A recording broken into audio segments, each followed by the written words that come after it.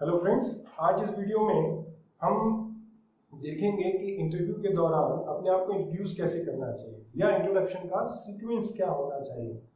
तो देखिए, जब आप अपना इंट्रोडक्शन शुरू करें तो आपको सबसे पहले थैंक यू बोलना है कि आपको वो अपॉर्चुनिटी दी गई कि आप अपने आप को इंट्रोड्यूस कर सकें। तो आप कैसे बोलेंगे? आप बोलेंगे thank you for shortlisting me for this personal interview, या एक तरीका और है जिससे आप बोल सकते हैं कि thanks for giving me opportunity to introduce myself. इसके बाद आपको अपना नाम बताना है और ये यहाँ पर आपको बहुत अच्छे से अपने आप को प्रेजेंट करना है, because you are presenting yourself. तो आप इसके लिए दो तरीके यूज कर सकते हैं, आई एम या माय नेम इज। कैसे? आप जैसे मान लीजिए मुझे अपने आप को बताना है, आई एम राघवेंद्र।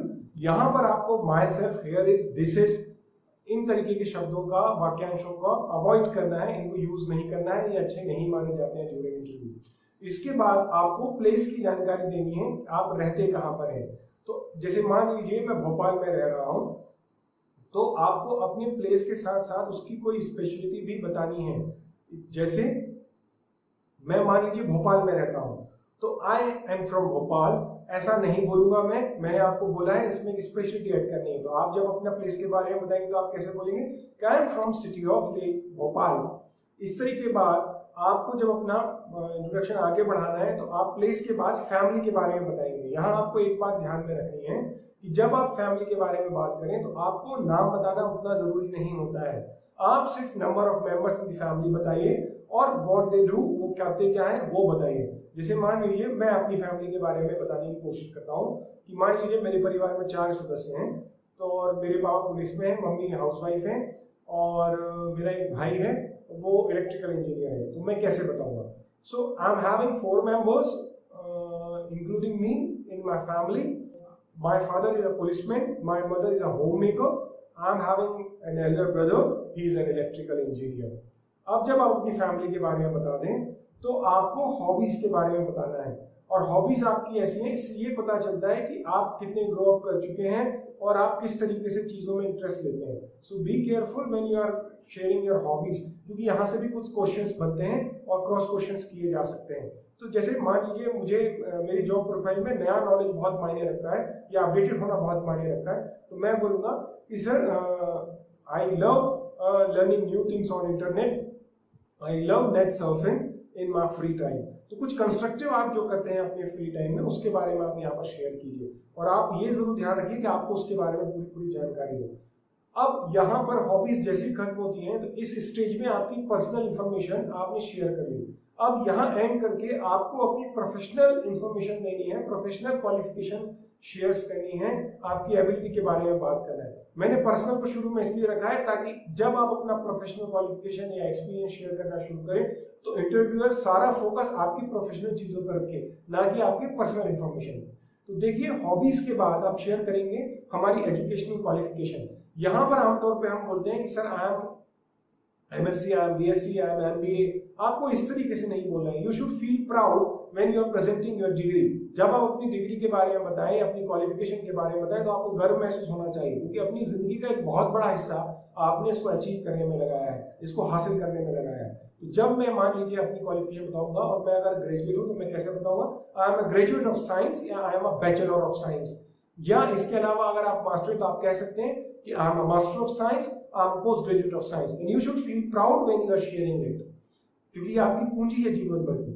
इसके बाद आपको अपने एक्सपीरियंस के बारे में बताना है, और जब आप अपने एक्सपीरियंस के बारे में बताएं तो आपको ध्यान रखना है कि इसमें आपको सबसे पहले कितने साल का एक्सपीरियंस है ये, किस पोस्ट का एक्सपीरियंस है ये, किस इंडस्ट्री में एक्सपीरियंस है ये, और किस कंपनी के साथ है ये 4 चीजें आपको शेयर करनी है। कितने साल का एक्सपीरियंस, किस पोस्ट का एक्सपीरियंस, किस इंडस्ट्री में है और किस कंपनी के साथ है। जैसे मान लीजिए मुझे मैनेजर पोस्ट का एक्सपीरियंस है और मुझे बताना है, तो मैं कैसे बताऊंगा?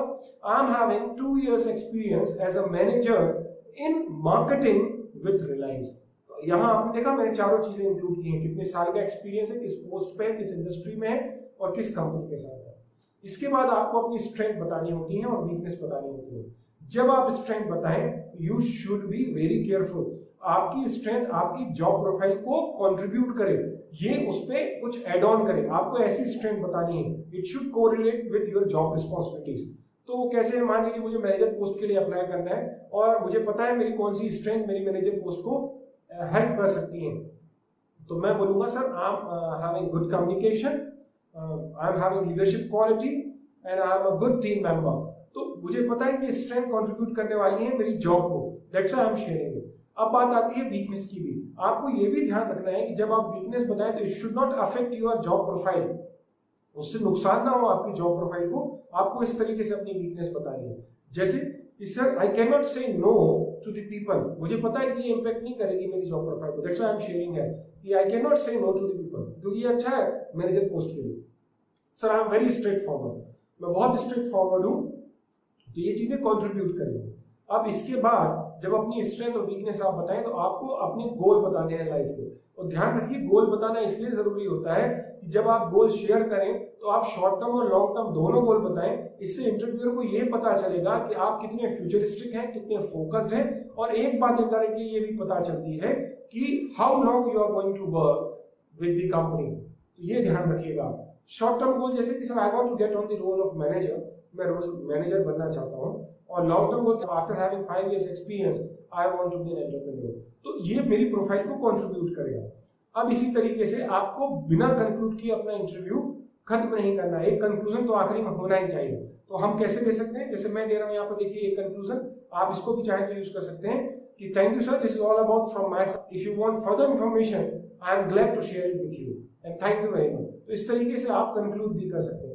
तो फ्रेंड्स ये एक सीक्वेंस है जिस सीक्वेंस में आपको मदद मिलेगी आपके इंटरव्यू को अपने बारे में इंट्रोड्यूस करने में। तो उम्मीद है आपको ये काम आएगा और आपको ये वीडियो पसंद आएगा।